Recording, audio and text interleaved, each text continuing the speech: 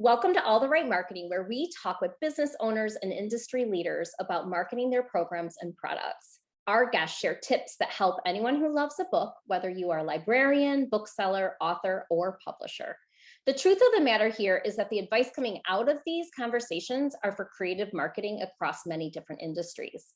Today's guest is Karla Olson, and she is the books publisher at Patagonia, which publishes books as a mission outreach for Patagonia, the clothing company. She is the chair on IBPA, which is how I met her, president of IBPA Affiliates Publishers and Writers of San Diego, and publishers and writers of Orange County. She's busy. She's founder of Read Local, a marketing coalition for authors.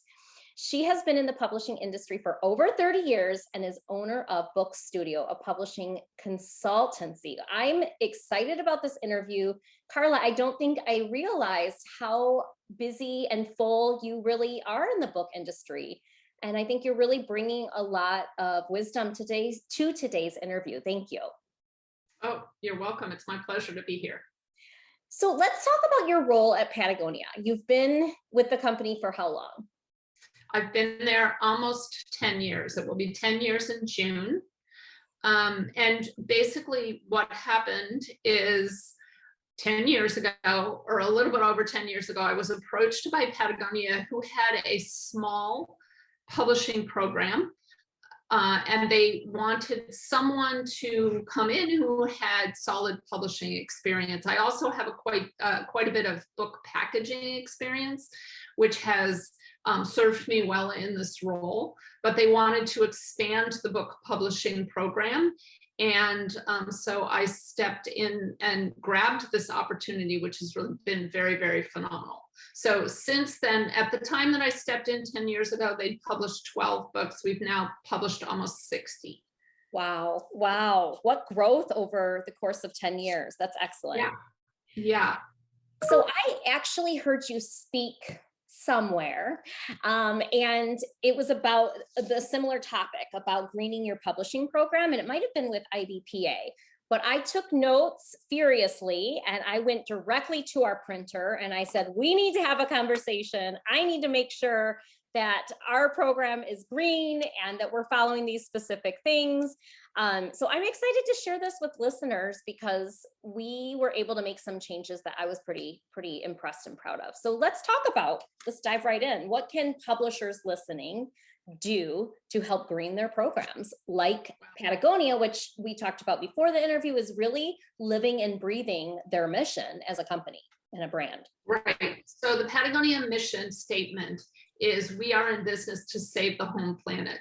And every decision that we make is colored by that mission statement or influenced by that mission statement. So several years ago, we challenged our printers to work with us to print our books on only 100% post-consumer waste recycled paper. And I would start out by saying, if you're going to make any change in the way that you print your books, that would be the one. Of course, paper is the largest component of any book, so you can have the most impact by making that decision. Don't let them deter you. FSC is not the same as recycled. And FSC, although it is a step in the right direction, so Forest Steward, I think it stands for Forest Steward certification, which means that you are you are certifying that the paper that in the book comes from a legitimate forest, not old growth forest. Mm-hmm. However, cutting down a tree is never the best option if there is recycled content available, which there is in abundance. We'd like to deflect the paper from the landfill in order to have it made into new paper, but it is always best to use recycled paper rather than forest FSC paper. And the printers will sometimes tell you that that's not the case and make an argument that it takes a lot of fossil fuel to gather the paper and and scrub the paper so that they can make it into new paper. But the fact is, it's always better not to disrupt a natural landscape, and to let the natural systems exist the way that they are, instead of cutting down a forest. And even replanting trees is not the best option. So so you understand, paper plantations are oftentimes, when printers say that there is 2 trees printed for every 1 cut down, what they're referring to is a paper plantation, which is replacing natural habitat with more conventional farming kind of practices. It affects the water table. It affects other species that are grown together, and it's really not something that you want to participate in.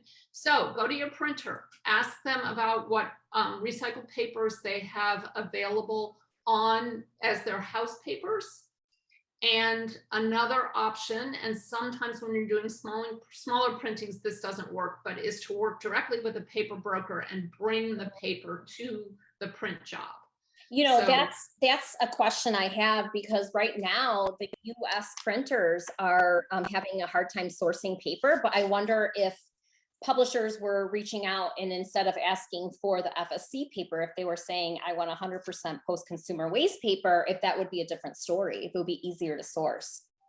Yes, there are significant challenges with paper right now, and you need to plan. My production manager just told me that she's ordering paper 12 weeks in advance of printing. And that's longer than we've ever seen. And paper is also, it's expensive. All paper is going up in price.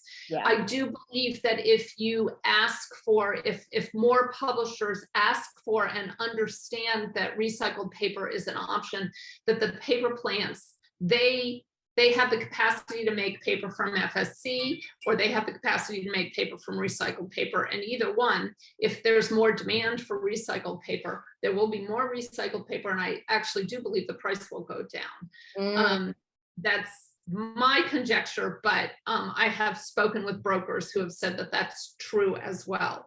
So if they opt to make more recycled paper and it's more available, it will be, you know, more affordable. Right now, I mean, it does cost a little bit more, but I'm also seeing from the consumers that we're working with and from our book distributor that we can actually increase the price of the book by about $1, because we are using sustainable practices, obviously, with our books. And by obviously, I mean that there's a note on the back of the book that says, or on the copyright page or somewhere, that says that the book was printed on post-consumer waste recycled paper. Wow. You know, and as a consumer, I will say, you can see we love books in our house, and this is our family collection of books. We have a friend who publishes on 100% post-consumer waste paper. And I know as a consumer, I don't see any big difference. I wouldn't say the paper is less quality at all. And so for those publishers listening, if you're concerned about that, I would take that out of your concern bucket. So I can say that I've seen dramatic improvement in the quality of the recycled paper over the course of the last 5-6 years. Okay. It used to have somewhat of a yellow cast. It no longer does. We print on Roland Enviro, and we print our books full color throughout with photos within the books, and the quality is fabulous. I would say that there is no difference. Oh, that's great, coming from a photo perspective versus an illustration perspective. Another question I had was, you know, we talk a lot about marketing programs and products here in this podcast. And would you say that, and it's hard to say what consumers are really thinking about Patagonia books, but you can speak from your buyer's perspective. What are buyers from, you know, your distributor, what are they saying? What are reviews saying about your books? We are starting to get more attention for the fact that our books are explicitly produced as sustainably as possible at this time. I am seeing it pop up in some of our reviews. Also, you know, the quality of the illustrations and the presentation, the quality of actually the product oftentimes pops up in a review that we get from either Publishers Weekly or Kirkus or Forward or Library Journal. Also, we are hearing from the reps that it is a sales advantage. I think a lot of it has to do with the fact that it speaks to the integrity of Patagonia products, that they can say that recycled paper is used in the making of this book. Just so you know, about 72% of Patagonia's clothing products are currently made from recycled materials. So it would be disingenuous for us not to print our books on recycled materials. So it speaks to the brand and strengthens the perception of the brand. Yeah, absolutely. And so what's next, Karla? What is something that you're looking forward to in the future for your work at Patagonia on books? So here's what I would say is our next battle with the publishing industry. In fall of 2019, we announced to the industry that we would be no longer printing advanced reading copies or galleys. They are a complete waste of paper as well as fossil fuel, moving them around to reviewers. They are also because they oftentimes end up being sold in Amazon Marketplace as from third-party sellers. They also sort of mess with the buy button for publishers. So I'm on a campaign right now to raise awareness about the fact that we really need to move away from this system of printing advanced reading copies for reviewers. The pandemic really helped with that because during the pandemic, many of the review systems, Publishers Weekly, even the New York Times, the Washington Post, all moved away from having printed copies sent to a big room where they were organized and people could, pull the copies. And I'm seeing more acceptance of digital galleys, which we do through Edelweiss and other systems. So I'm really emphasizing that with reviewers and asking other companies. I think the reviewers are open to it, but I'm seeing a slide back to publishing companies are starting to print advanced reading copies again. And I think we want to kind of keep pushing forward with these digital copies, which cost nothing. I mean, they cost a little bit to upload. So it really is a savings. So let's try to shake up that part of the industry. There's absolutely no reason. I like that. And it's saving us money too as a publisher. A lot of money. Yes. Yep. And, you can take notes on a digital file. You can, there's really in my opinion, there's no excuse, or there's nothing that outweighs the damage that it caused to the environment by printing these books that really shouldn't be printed. So that's my next battle. We're also looking at, and we are constantly looking at the other elements that go into printing a book. Inks are pretty good. You want to make sure you're not using petroleum-based inks. I think most of our inks, we are using soy-based inks. We don't love, at Patagonia, we don't love deflecting food products into other kinds of non-edible products, non-consumable products. But, so we're encouraging, kind of watching what's happening with inks, adhesives, that kind of thing. Finishes, be careful about the finishes that you use on a book because many of them are very chemical.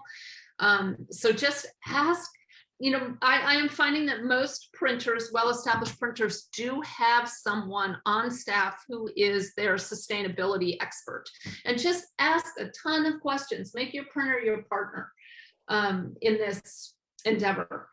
There's also a lot of great experimentation going on with alternative papers, paper made from straw, paper made from, other kinds of products. And so we're kind of watching that. There's nothing that really right now that works to the quality that we want to establish in, so that the book is lasting for a long time. One question I get a lot of times is, if you're so sustainable, why don't you just do ebooks? And so I'll address that for a second. It turns out that studies show that in order for an e-reader to offset its sustainability, its carbon footprint, the user needs to read 20 to 25 books, and that is way more than the average that most people read.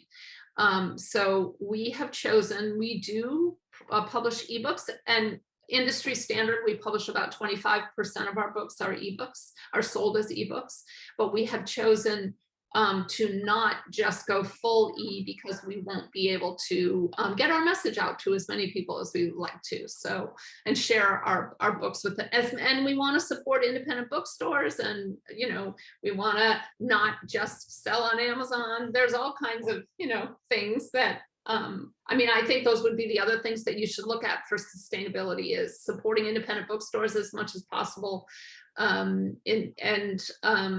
working with programs like IndieBound and bookshop.org to kind of deflect a little bit of the power that Amazon has. So just things to think about. Absolutely. This is wonderful. And I thank you for your passion and your commitment to the brand. And it's just really great to talk to somebody on a team of individuals who are constantly striving towards a certain goal, and working through many different goals to get there, many different avenues to get there, many different strategies. And it's really great. And I hope that publishers listening, can really be inspired and motivated by that. Karla, we will include the link to Patagonia Books and the social media handles in the show notes, but I want to thank you so much for your time today and for joining us. You're welcome. And I will just mention that I'm doing a longer discussion of this topic at IBPA Publishing University, the virtual half of IBPA Publishing University. We will include the link to the virtual PubU. Thank you so much. I appreciate that. Sure. Thank you, Maria. Have a great day, Karla. Okay. Absolutely. Thank you.